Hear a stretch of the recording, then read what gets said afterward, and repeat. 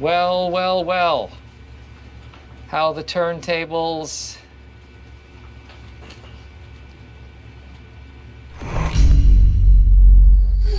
What's up guys, Sal here. So with the iPhone 15 lineup, Apple will finally switch to USB-C charging standard from Lightning port after European Union passed a law and made it mandatory for all OEMs to use USB-C charging standard on their phones, including Apple. This was a huge win for us consumers, but not for Apple because Apple makes billions of dollars every year by licensing their Lightning port technology to other companies. Switching to USB-C would mean they'll lose all of that easy money. So what Apple did was they found a workaround.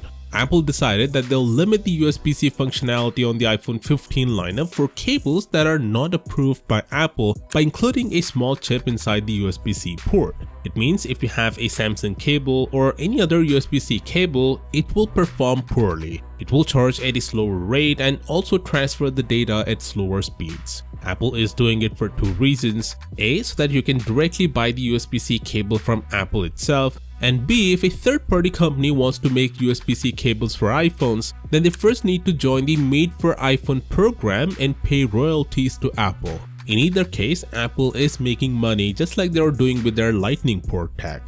This would contradict the entire reason for requiring USB-C as a universal connection, and we're all hoping that the EU would step in and stop this nonsense before it officially happens in September, and that's exactly what is happening. The European Commissioner has sent a letter to Apple warning them that any attempt to limit the functionality of USB-C cables in iPhones would be prohibited under the EU's upcoming law and would prevent these phones from being sold in the EU. The report also notes that the EU Commission reminded Apple in March that devices that do not meet the requirements for the single charger will not be approved on the EU market. Honestly, I'm deeply grateful to the European Union for their efforts to protect us from the chaos of proprietary cables. I wish more companies had similar consumer protection laws to not let companies like Apple to take advantage of their user base. I'm glad there is a responsible adult in the room to make sure Apple is held accountable. Now the problem is the EU legislation that will require this doesn't go into effect until December 28, 2024. So Apple technically can still put a chip on the USB-C and limit its functionality on the iPhone 15 lineup.